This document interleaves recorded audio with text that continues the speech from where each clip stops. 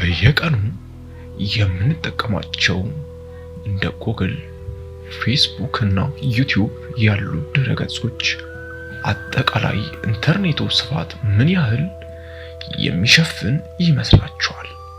50% ወይስ 80%?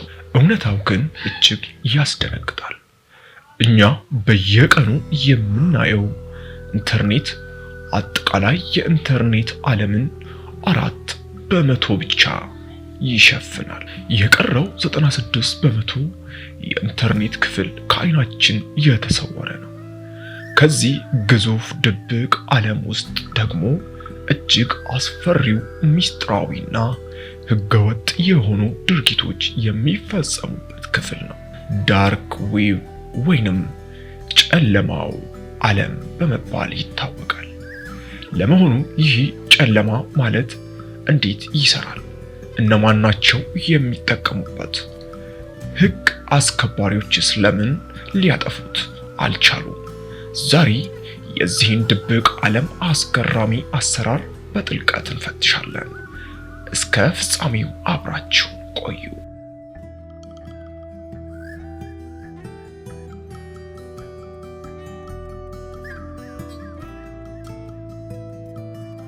ጉዟችንን ከመጀመራችን በፊት አንድ ነገር ግልጽ ማድረግ አለብን። ኢንተርኔት በሶስት ዋና ዋና ክፍሎች እየተከፈለ ነው። ሰርፌስ ዋቢ ማንኛውም ሰው ያለምንም ገደብ በጉግል ፈልጎ የሚያገኘው ክፍል ነው።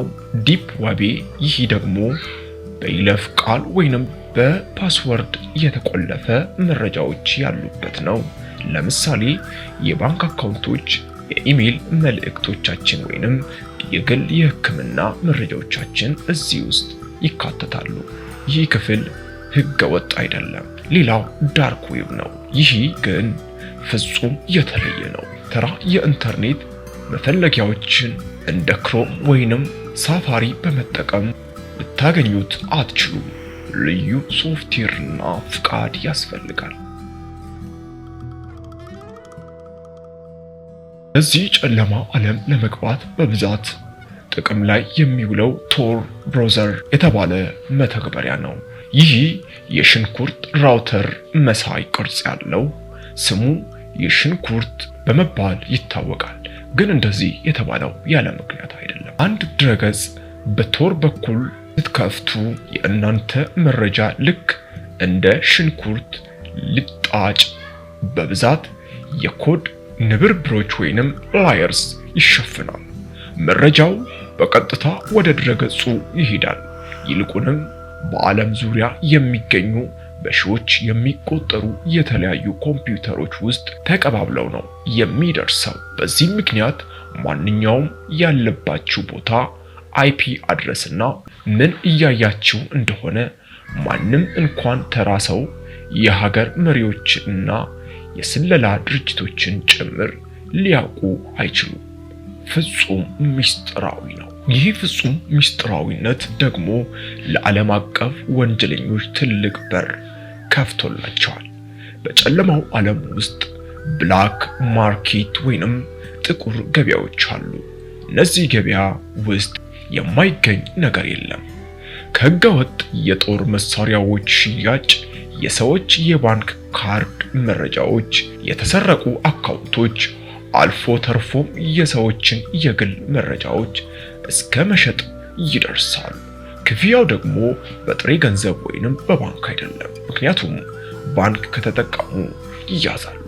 ክፍያው የሚፈጸመው መከታተል በማይችሉ የክሪፕቶ ከረንሲዎች በተለይም ቢትኮይን እና ሞኖሮ አማካኝነት ነው። ዕቃው የሚላከው ደግሞ በድብቅ መልእክት ሳጥኖች ወይንም በተለምዶ የፖስታ አሰራሮች ተመስሎ ነው። የዚህ ዓለም ትልቁ ማሳያ በ2011 ዓ.ም ሎስ ኡልብሪችት በተባለ ወጣት የተከፈተው ሲልክ ሮድ የተባለው ድረገጽ ነው።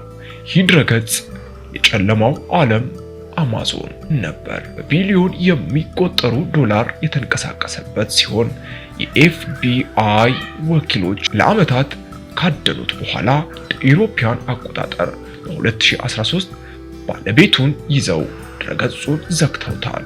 ሮስ በአሁኑ ወቅት የዕድሜ ልክ እስራት እየተቀጣ ይገኛል። ታዲያ ጨለማው ዓለም ሙሉ በሙሉ ክፉ ነው ወይ አይደለም?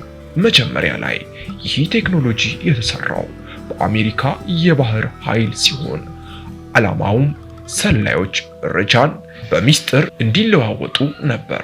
ዛሬ ቢሆንም በአምባገነን ሀገራት ያሉ ጋዜጠኞች እና የሰብአዊ መብት ተሟጋቾች እውነታውን ለዓለም ለማረጋገጥ ይጠቀሙበታል። ነገር ግን ለተራ ሰው ወደዚህ ዓለም ዘው ብሎ መግባት ከፍተኛ አደጋ አለው። ማልዌሮች እና ቫይረሶች ኮምፒውተራችሁን ሙሉ በሙሉ ሊቆጣጠሩ ይችላሉ። ከምንም በላይ ደግሞ ህገወጥ ድርጊቶች የሚፈጸሙበት በመሆኑ በህግ መጠየቅ እድሉ ከፍተኛ ነው።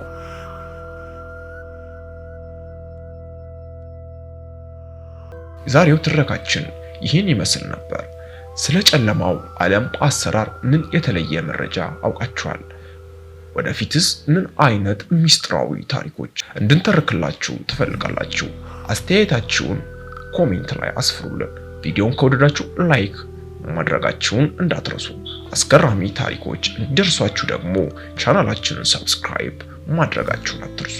በሚቀጥለው ቪዲዮ እስክንገናኝ ሰላም ቆዩልን። ኢትዮ ቮይስ የእናንተ ቀዳሚ ምርጫ